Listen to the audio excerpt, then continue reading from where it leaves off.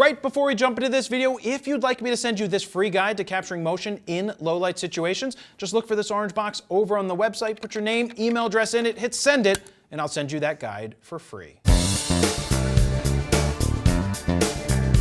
Jared Polin, FroKnowsPhoto.com, and this is the ultimate battle and comparison of the Canon R3, Nikon Z9, and Sony A1. Now, I'd like to call it the flagship battle, but Canon doesn't call the R3 the flagship, but for all intent and purposes, it is their flagship, so we're gonna call this the flagship. Now, I'm gonna go over the different specs that these cameras offer and try to tell you which one I think gets the check mark for being the best in that specific category. Now, I've had hands-on experience with all three of these cameras. I've used them extensively in the real world, so I know the quirks and the ins and outs of their systems, and I will try to do my best to give the right check mark to the right camera system, and I'm sure if I get something wrong, you'll let me know down below in the comments. Let's kick this off with the sensors inside of these cameras, starting with the R3. It has a 24.1 megapixel full-frame stacked BSI CMOS sensor powered by the Digic 10 processor. It's 10, right? Not X, Steven? Yeah. Yeah, it's the 10, whatever. That's what they call it. The Nikon has a 45.7 megapixel full-frame stacked BSI CMOS sensor powered by an Speed 7 processor, which is fantastic. The Sony A1 has a 50.1 megapixel full-frame BSI stacked CMOS sensor powered by dual Bions XR processors. Now, all three of these cameras are stacked. That means they can do faster readouts and don't need to rely on a mechanical shutter to take the pictures. Thus why these things are speed beasts and speed demons when it comes to taking pictures. And we'll get to that in terms of how many frames per second you can get. We'll get to that in just a minute when we get to that section. But stacked sensors are fantastic. The first camera that was released up here as a flagship was the Sony A1, followed almost a year later by the R3, and then the Z9 a little after the R3. So who gets the check mark for the best sensor of all of them up here? And the funny thing is, I mean, if I had to choose based off of sensor only, I'm probably going with the Nikon because I've always been drawn to the black and whites that I've gotten and the color that I've gotten out of it, and it's 45 megapixels. I love the sensor in the R3, but it's only 24 megapixels. That wouldn't be my first choice, but my personal choice that I'm using in the real world every day as of now, at the time of recording this, is still the Sony A1 because of all of the factors when you add them up. But I'm gonna go ahead and give the check mark to the Nikon Z9 right off the bat. Moving on to ISO, the Canon gives you 100 to 102,400 natively, expandable up to 204,800. The Nikon will do native 64 to 25,600, expandable up to 102,400, and the Sony will do 100 to 32,000 native, expandable up to 102,400. I love that the Nikon goes down to 64. I loved when I had the D850 and I shot that at 64 because the colors that you pull out of it and how clean the files are fantastic when you can shoot that low. When you have enough light to allow you to do that, that is incredible, especially when you start throwing 1.2 lenses on the front of this and you can go down to 64 and even throw that shutter speed all the way up. I love the Nikon for the fact that it does that. That's gonna be great for landscapes, it's gonna be great for video, it's gonna be great whenever you have enough light and you can do that, it's gonna be super clean. The Canon, on the other hand, natively goes to a much higher ISO and is going to be much cleaner. Keep in mind, this is a 24 megapixel sensor, so the pixel pitch is much larger, which means you're gonna gather more light, and it's gonna generally be a cleaner file at higher ISOs. The Sony, which is what I've been using for the last year, is not gonna be the cleanest at the higher ISOs because it's a 50 megapixel camera, and the more megapixels you have, you start to get less clean images at higher ISOs. Now, I say that today, I say higher, because back in the day, if we pushed it to 6400, that was a long way to go. 6400 today is nothing. Do I think that the A1 gives you the cleanest files at 8000 ISO? The answer is no. You're gonna get much cleaner files with the R3, you're gonna get cleaner files with the Z9, and so even though this is my daily driver, I don't push it up super high. I don't think it's the cleanest at those ISOs, but it's not that big of a deal because I'm really happy with the results that I get from it. But I'm gonna take the Nikon and give them a check mark for the better low ISO capability, and then Canon is gonna get a check mark for the cleanliness of it. Now remember, this is just the ISO specs, not taking everything else into consideration. So these guys get a check mark, and Sony, the money truck, is backing away. Let me jump in here real quick because I want to show you this image from the Z9 edited with a bunch of different presets that we've created, starting with Zoolander. Zoolander looks pretty good. Then we've got November Rain. I love how that one looks. Mount Airy is more light and airy. It's kind of the hot thing on the streets right now that a lot of people like. Then we jump up to Almost Famous, which gives you the kind of opposite of light and airy. It gives you a little bit of crunch to it, followed by Fifth Element. Now, those are from FroPack 3, but I want to jump into FroPack 2 and go to Matte Black High Contrast. Matte Black High Contrast gives you a great look. Double stuffed Oreos is like, wow, look at how good that works out. Followed by Dorothy, and then we've got Bob Ross for People. I just wanted to show you Bob Ross for People. And then from FroPack 1, being that this was taken in Kensington in Philadelphia, we've got Kensington, and that looks really good. So look, if you're looking to speed up your RAW workflow or give yourself a great starting point, I mean, I just gave you a lot of great starting points with one file. Well, we created 15 all-new custom Lightroom presets that you can check out right now at FroKnowsPhoto.com/FroPack3. While you're over there, you can play with the sliders to see the befores and the afters, and if you decide to pick them up right now, they are currently on sale. Or you could pick up the triple play bundle, which includes all the presets that you just saw me use and then some, and that's with FroPack 1, 2, and 3, and you can save a lot more. Now, let's get back to the video. Now let's talk about frame rates and shutter types, starting with the Canon. It does have a mechanical shutter that gives you 12 frames per second in 14-bit uncompressed RAW, but you do get 30 frames per second with the electronic shutter in 14-bit uncompressed RAW. You only have options to shoot 3, 15, or 30 frames per second with the electronic shutter. What that means is if you want to set it to do 20 frames per second, you can't actually do it. You get 3, you get 15, or you get 30. When I'm shooting this camera, I'm shooting it with the electronic shutter the whole time. That's why you have the stack sensor. That's what it's built for. The time that you would use a mechanical shutter is if you're having a major issue with flickering lights for some reason and you just need to switch back into it, you can go ahead and switch back into the mechanical shutter. But you're really not going to see a difference with everyday shooting other than more speed between the electronic and the mechanical. You're not losing out on quality by using one or the other. Now, the Nikon did something really interesting. They got rid of the mechanical shutter altogether. In its place, they kind of put something called the sensor shield, which I kind of love that when you turn the camera on or off, when you turn it off, sensor shield goes down. When you turn the camera on, sensor shield goes up. You actually have to set that in the camera yourself. It should be on by default, but it's actually not. Okay, you get 20 frames per second with the electronic shutter in 14-bit lossless compressed RAW. What that means is you are getting a compressed RAW file. The camera does not give you the option to shoot uncompressed RAW. Now, when it comes to how many frames a second you can set the camera to, you can do 10, 12, 15, and 20 frames per second with the electronic shutter. You can shoot at 30 frames per second with the Nikon to match what the Canon is doing, except for the fact that 30 frames per second, when you switch into that mode, is only going to be JPEG. You cannot shoot RAW files at 30 frames per second, which means when I'm using this camera, I'm leaving it at 20 frames per second to get RAW files because I mean, it says it right here, I shoot RAW. I'm not gonna shoot JPEG, except if I wanna get 120 frames per second. Now that makes a little bit more sense to shoot just JPEG only. You can turn this to 120 frames per second and you will get 11 megapixel JPEG files, and they're about 3.4 megabytes each. It's actually pretty interesting to be able to shoot at 120 frames per second and get a still file. Just remember, it is not RAW. With the Sony, when you switch it into mechanical mode, you will get 10 frames per second in 14-bit uncompressed RAW. Now, using the electronic shutter, you can go as high as 30 frames per second and get RAW files. They're just going to be compressed. Now, I prefer having uncompressed RAW files, but the fact that we can shoot at 30 and still get a RAW file is a win over what the Nikon can do, which is only giving you JPEGs. Now, at 20 frames per second, you can get uncompressed RAW files with the Sony. So the big question is, who wins up here? Well, if we're just basing it off of the fact that one shoots 30 frames per second uncompressed,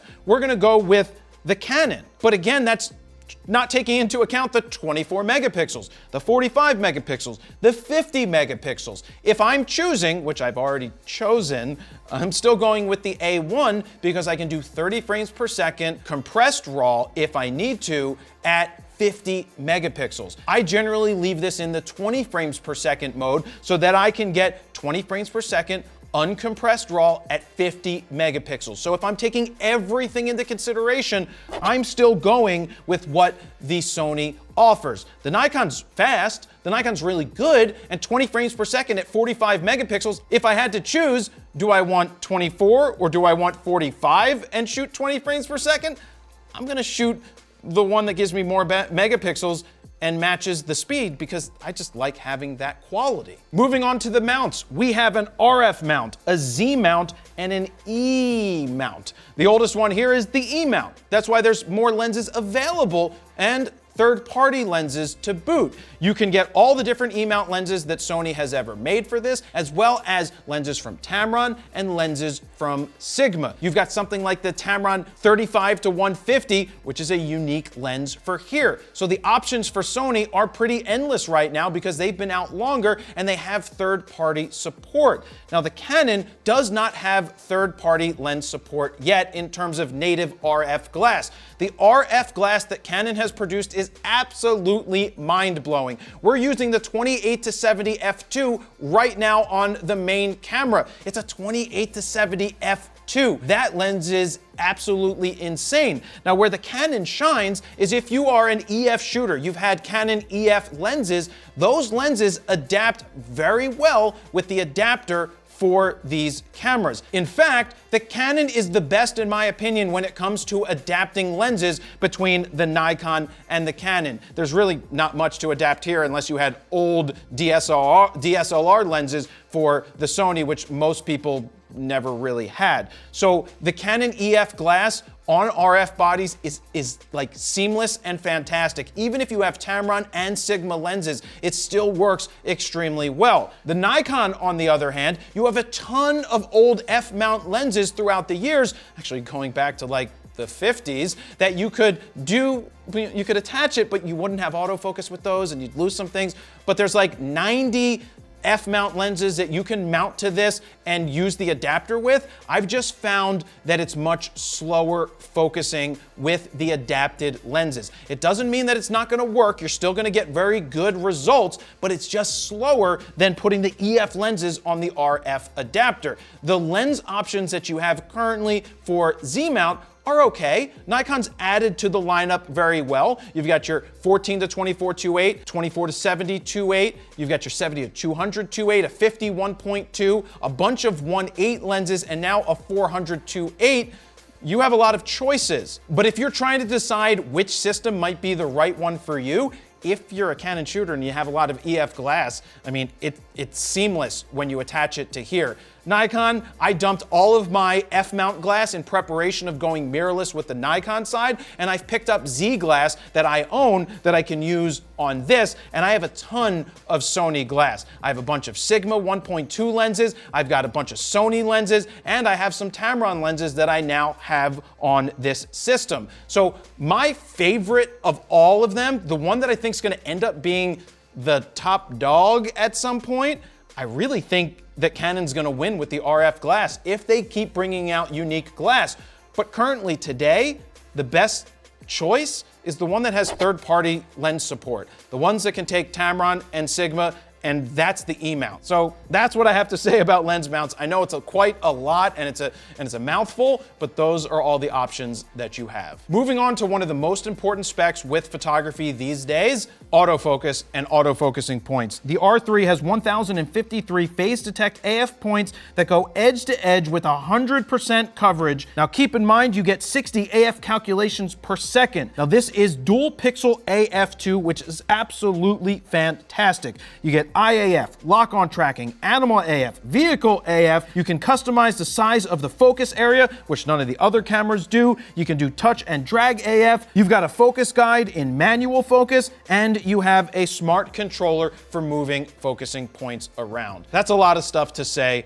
We'll come back to that after I get through the rest of the specs. Now we've got the Nikon. You have 493 phase detect AF points that are nearly edge to edge with 90% coverage, and it does 120 AF calculations per second. You've got IAF, you've got 3D tracking, you've got subject detection, animal AF, as well as vehicle autofocus. The Sony has 759 phase detect AF points that are nearly edge to edge with 92% coverage, and it does 120 AF calculations per second. You've got real-time tracking, IAF, animal AF, and touch and drag AF. We know that this is the one thing that people argue the most about. Which autofocusing system is the best? We know that in the past, the Nikon autofocus for their mirrorless cameras and their Z system has not been up to par compared to where it is today. It's 1,000 times better than where it was. It's fully functioning. The IAF works, the lock-on tracking works, but it's not as good yet as the Canon and the Sony. This is really a fight between the Canon and the Sony, but please understand that the Nikon is not far behind at this point. I know people get angry when I say that it's not on par, but it's just not there yet. But if it was the only system I had to shoot with, I still would get great results that I otherwise would have missed if I was using prior Z cameras. I would be happy if this was the only system that existed and I had to shoot with it, I still would get great results. In our head-to-head tests between all three of these cameras, the Nikon did the best at finding the eye at a distance. It did that the best, but when it came to shooting wide open at 1.2, the Canon and the Sony were slightly better than the Nikon. Like I said, it's a battle between these two right here. I think Canon has done a fantastic job with their autofocus in the R3. In fact, the R6 and the R5 were already spectacular, and this just builds on that and makes it even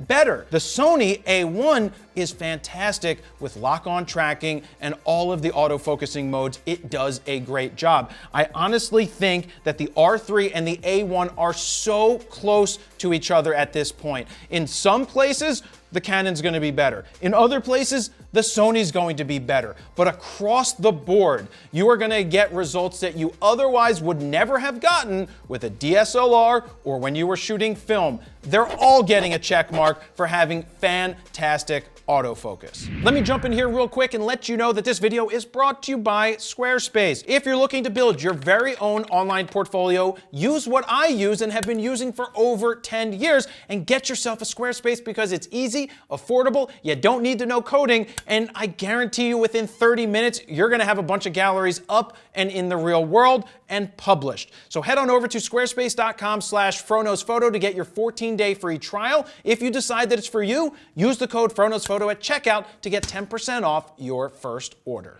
Now let's jump into the burst rates as well as what cards these cameras take, starting with the Canon. We've got one CF Express Type B slot and one UHS 2 SD card slot. The Nikon has two CF Express Type B cards, and the Sony has two CF Express Type A slots that are actually backward compatible with UHS 2 SD cards. Now let's talk about burst rate. The burst rate for the Canon is 150 when you're shooting with the electronic shutter at 30 frames per second. So you're shooting a lot of photos quickly, so you're gonna fill the buffer up much quicker. But keep in mind, don't hold your finger down forever because You generally don't need to do that. The action happens, get it, and move on. Now, Canon likes to say you can get 1,000 RAW files when shooting the mechanical shutter at 12 frames per second. I guess if you just needed to keep on shooting thousands of pictures at a time because you were doing something and 12 frames a second was good enough, then maybe that's good enough for you. The Nikon can do up to 1,000 RAW files when shooting in compressed RAW. Now, I'm pretty sure that's their specialty RAW format, their high efficiency one, which I personally wouldn't shoot in. I want the highest quality possible. But I did not outrun this buffer at all when I was shooting in the highest RAW file format that they gave me. It did a really good job. The Sony can do 155 RAW files when shooting in compressed RAW or 82 in uncompressed RAW. Remember, you're moving 50 megapixel images. They're about 103 megabytes each every time you get a picture saved to the card. Will you outrun this buffer? The answer is you can outrun it if you're just holding your finger down and shooting without consideration. But generally speaking, within a second or two burst, you should be fine, because when you take your finger off the button, the buffer clears and you have all of that room to shoot once again. Now, let's talk about those card slots. I love when you have the same card slots, dual card slots in the cameras. You've got two CF Express Type B cards in the Nikon. You have two A cards in here, and you've got split between CF Express Type B and SD here. If I had to choose which one I would want up here, it probably would be what Nikon has, because it has two CF Express Type B cards, which are super extremely fast, and they're less expensive than the A cards that are here in the Sony. The Sony ones, well, just the slots in here, they're about half the speed as the B. But they are reverse compatible if you want to put SD cards in here. But to be honest, if you're spending $6,500 for an A1 and you're going to use SD cards, you probably shouldn't, because that's going to slow down the amount of shots that you can get, because they're much slower. So again, I'm going to go with check mark on the Nikon front, just because I love those dual cards that are exactly the same. Let me just say this. The reason Sony goes with the smaller card is they like to miniaturize things, and so that's why they chose to do those cards. Right now, more expensive, but they do work really well. Moving on to the video features. Now, keep in mind, I personally care mostly about the stills shooting aspect, but some people will look at these cameras and be like, ooh, I'm gonna shoot video. I also want great video features. So let's talk about this, starting with the R3. You have full frame 6K DCI 12-bit RAW video recording up to 60 frames per second, or 4K up to 120 frames per second in 10-bit 422 in H.265. You can do 4K oversampled from 6K with no pixel binning in all modes except 4K 120. You've got C-Log, there's a micro HDMI port, there is no overheating, and unlimited record time. You're not going to run into overheating issues with this because, well, it's not shooting 8K. Speaking of 8K, the Nikon will do full frame 8K UHD video recording up to 30 frames per second, or 4K up to 120 frames per second in 10-bit 422 in H.265. The 4K is oversampled from 8K with no pixel binning up to 30 frames per second. However, there is pixel binning in 60p and 120p. You've got ProRes HQ internal recording, there's N-Log, full HDMI port, no overheating once again, even though you can shoot 8K. You've got unlimited record time as well. And with a firmware upgrade in the future, you're gonna get 8K up to 60p, 4K up to 60p with a full pixel readout, and it's going to add waveforms. Now, in terms of the 8K downsampled to 4K, that is basically what we're doing right here with the R5 that we're shooting with. We are getting awesome 4K HQ out of this camera, and we love the quality that we get out of the R5. Moving on to the Sony A1, you've got full frame 8K UHD video recording up to 30 frames per second, which is oversampled from 8.6K, or 4K up to 120 frames per second in 10-bit 422. In Super 35, you get 4K oversampled from 5.8K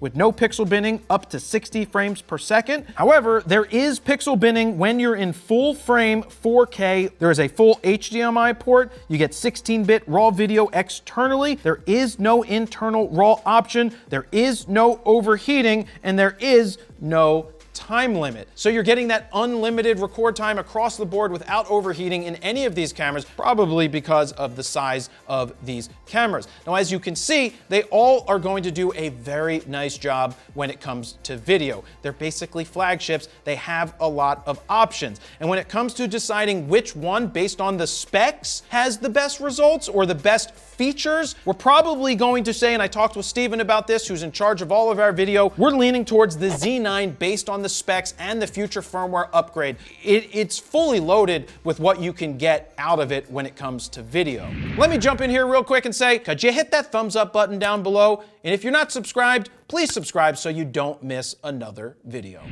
Now moving on to image stabilization. The R3 has 5-axis in-body stabilization, up to 8 stops of stabilization with certain lenses. So that means some of the RF lenses will give you up to 8 stops. Now, most of them will give you up to 7 stops. The in-body, the IBIS in combination with the IS is fantastic inside of this Canon. The Nikon has 5-axis in-body stabilization, up to 6 stops of stabilization with certain lenses, and the A1 has 5-axis in-body stabilization, up to 5.5 stops of stabilization. There is an active mode for stabilizing, but there will be a slight 10% crop if you turn that mode on. Look, all these cameras are really good with stabilization. If I had to choose, the Canon is fantastic, straight out of the box. It's fantastic when paired with RF lenses, so I'm gonna go ahead and give a check mark to the Canon. Moving on to the electronic viewfinders, the R3 has a 5.76 million dot blackout-free EVF with 120 frames per second refresh rate, and it has an eye control sensor. We didn't talk about that during the autofocus area, but you can use what's called eye control, where the EVF has sensors in there that are going to track where your eye is looking, and that's going to help you select focusing points. We've talked about this in our sample videos and our test videos on how that works and where it's useful. Prime example would be a track where you've got 6 lanes of runners and you want to get pictures of 1 through 6. You would look at 1, hold the button halfway down, take your picture. Look at 2, boom, 3, boom, boom, boom. And as you move your eye and press your finger halfway down on the shutter, that's where it moves. It's good in some situations. It's not good in other situations. I don't use it for sports. I could see it being used when you don't have a lot of distractions, but it's really not something that I'm going to use often, but it does work.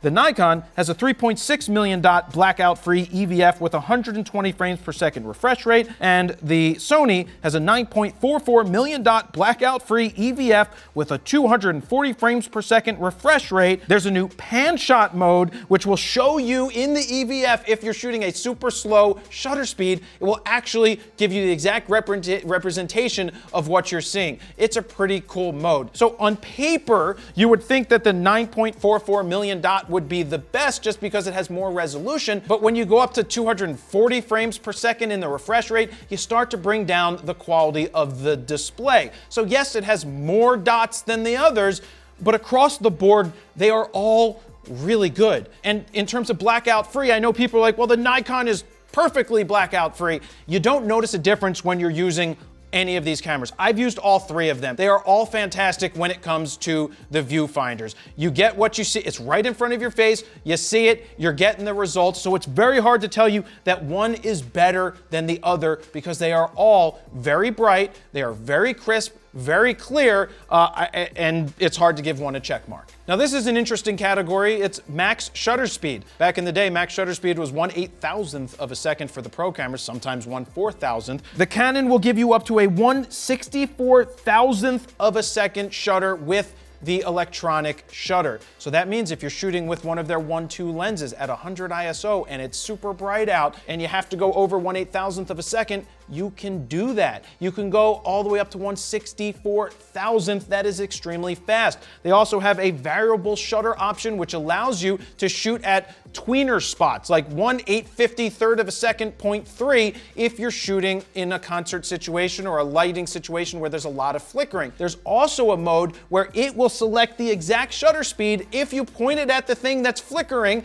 it will select the perfect shutter speed so that you don't get that flicker. That is awesome in this camera. Now, in terms of the Nikon, it maxes out at 1/32,000th of a second. It does not offer you a variable shutter option at all, which totally scared me because it doesn't have a mechanical shutter either. But when I shot this in a concert situation, I did not see any major issues when it came to flickering or banding. Now, in some situations, under certain lights, I did see some bands, not just the ones in front of me, but it wasn't something where you're like, yeah, this is a major issue. So it does a really good job with a fast readout of the sensor, and you can get up to 1/32,000th of a second. But I still would like to see a variable shutter option added at some point. It would be nice to have. The A1 goes up to 1/32,000th of a second as well. It also has a variable shutter, but it does not have the mode where it will automatically select the shutter based off of the flicker that's in front of it. So the winner here, in my opinion, is pretty darn clear. 1/64,000th of a second in the Canon, the variable shutter, and the one that will select and detect the perfect shutter speed, it's the Canon. So they get a check mark. Now, I do want to point out that the Nikon does not have a variable shutter speed option. Again, I want to say that. They do have anti-flicker. They all have anti-flicker, which has been in cameras for years. And again, I'm not saying that I had any issues here. We specifically questioned Nikon on the variable shutter, and this camera does not have one. They told that to us. There's nothing secret going on in the background that's like, it has it and it only comes on when it needs it. It just has the anti-flicker mode, and that's what I have to say about that. Moving on to the touch screens on the back of the cameras, the Canon has a 3.2-inch, 4.1 million dot vari-angle touchscreen, which is absolutely fantastic. Now, the one thing I don't like about the vari-angle screens that flip out is they never line up perfectly across the back of the camera. They're on a slight tilt back, which means it's much harder, at least for me, to get my lines straight if I'm trying to shoot over my head or use that to take pictures. But the panel is absolutely gorgeous. The Nikon is a 3.2-inch, 2.1 million dot, 4-axis tilting touchscreen. It's a very nice screen as well. Nikon has always done a fantastic job with the colors, nice representation on the back of this, a very nice way with the tilting screen. It doesn't flip out all the way to the side, but I prefer that personally, that it can flip down, and I have a much better time of keeping my lines straight. Now, the A1, I want to play the sound from The Price is Right, where it's like, wah, wah, wah, wah. That's what I want to play, because they have a 3-inch, 1.44 million dot tilting touchscreen, and it's not the greatest. For whatever reason, Sony, who makes great TVs, doesn't put great screens on the back of this. The good news is you generally should be looking through the electronic viewfinder, which is where they put more of their money. But if I had to pick a winner here, the winner is going to be the Canon for the higher resolution. It's very good. The Nikon's not far behind it, and the Sony is somewhere out there in left field, because I don't know what they're thinking with a 1.44 million dot screen. Even though I've already given a check mark here, there's another negative. You know what? Dan's editing this. Take away a check mark for Sony. You know why? Because when you go vertical, it does not rotate the information on the screen. When you go vertical, the Nikon and the Canon will rotate the information. So your shutter speed and aperture and ISO now switch to the bottom. When you flip back around, it's back on the bottom looking proper. The Sony doesn't do that. They need to get that right. Let me jump in here and ask you, are you looking to buy any one of these cameras, or honestly any camera gear for that matter? Well, if so, I go to Allen's Camera. Why? Because they've been open since 1977. They are a mom and pop store, and they compete with the big boys. Head on over to allenscamera.com/fro, because your support of a mom and pop store helps support this channel as well. So again, head on over to allenscamera.com/fro and let them know that the Fro sent you. Now let's talk about the bodies themselves. Let the bodies hit the floor. Let the bodies hit the floor. We don't want the bodies ever to hit the floor. You don't want that to happen. You can see they're all pretty darn big. In terms of weight, the Canon clocks in at 2.1 pounds or 1,015 grams. The Nikon comes in at a hefty 2.9 pounds or 1,340 grams, and the Sony comes in at 1.6 pounds or 737 grams. The Canon looks to be the biggest one of all here, but it feels really nice in the hands. It feels pretty feather light. It does. The Nikon feels like a brick shithouse. It is heavy. You put a 51.2 on there, it is heavy. It is noticeably more heavy than the other cameras. Does that mean it's built better or stronger? I have no way of testing that out to know for sure, but it does feel much heavier in the hands. And to say this, the Canon and the Nikon both have integrated grips. They are one body. That's it. It's all built in. You can't take the grip off. The Sony, you can take the grip off. I've always loved a bigger feeling thing in my hands. Not that I know what that's like, but I've always preferred a bigger feeling camera. I like that with the Sony, I can take the grip off or put the grip on if I'm traveling, but I would like it all to be integrated. But to have the option to take it off, that's great. The battery life out of all of these cameras is going to be fantastic. If you have the grip for the Sony, it's going to come much closer to the Canon and the Nikon. But the Canon and the Nikon sip juice from the battery really well. They have nice, larger batteries where you really need to put two batteries into the Sony. You're going to use these batteries much quicker. A little side note, I like to hide an Apple AirTag inside of the A1 body. In the grip, there's enough room between the door where you put the door and you slide this up, and I can actually put an AirTag into this camera so it can track it if something ever happens to it, so I know where it is. Now let's talk about some of the other features that are unique to each one of these camera bodies.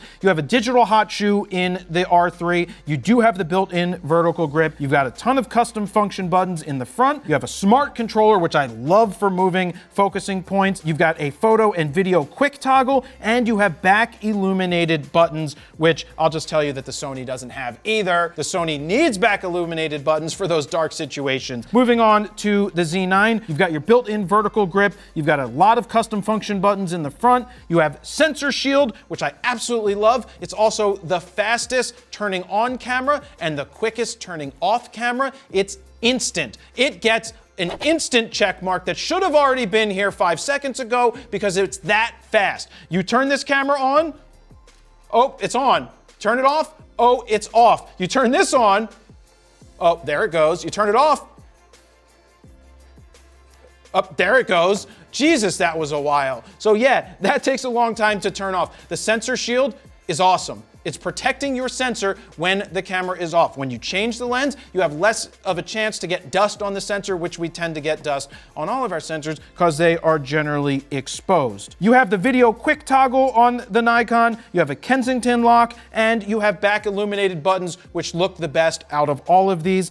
In terms of the Sony, you have a digital hot shoe. You can use the vertical grip or take it off if you want. It's super highly customizable. You've got a lot of custom function buttons that you can map out for just about anything you would like. They are all unique bodies. I still love the way that the Canon feels. The Nikon feels very nice in the hands. It's just heavy, and the Sony A1 feels a hell of a lot better than the older cameras that Sony was putting out. But now, for the price. The Canon clocks in at $5,999. The Nikon clocks in at $5,496.95, which was a major surprise, and the Sony is $6,498, $1,000 more than the Z9. With that being said, anybody looking to buy one of these that is a pro, the $1,000 is not going to make or break them. Yes, the A1 is expensive. It's my camera of choice today for the 50 megapixels, for the 30 frames, the 20 frames uncompressed RAW.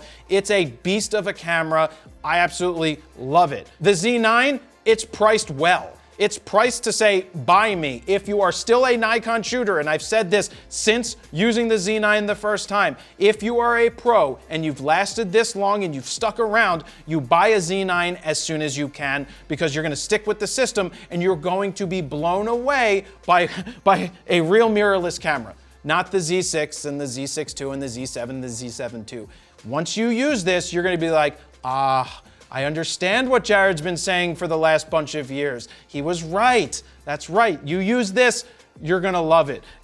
It's interesting with this not being a flagship, the Canon, but still being $6,000. It makes you question, how expensive will their true flagship R1 be? Is that gonna be an $8,000 camera? We don't know because there's no information on it, and we don't even know when it's going to get here. I don't think it's coming until 2023, so this is going to be your stand-in flagship for now. So at the end of the day, it comes down to which one is right for you. Where's your money invested in glass? Which one's gonna give you the best results for you? They all are amazing pieces of technology. If you go with the Canon, you're gonna be really happy. If you go with the Nikon, you're gonna be really happy. You go with the Sony, you're gonna be really happy. At this point in time, it doesn't matter what you shoot with, because if you don't know what you're doing, you're not going to get great results. I would be happy with any of these systems right here. As I've said a few times, I am currently shooting with the A1. That doesn't mean I wouldn't be happy with a Canon system, and that doesn't mean that I wouldn't be happy in time with the Nikon system. Which one are you going with and why? Let me know down below. Thank you very much for watching. Jared, Polin, FroKnowsPhoto.com. See ya.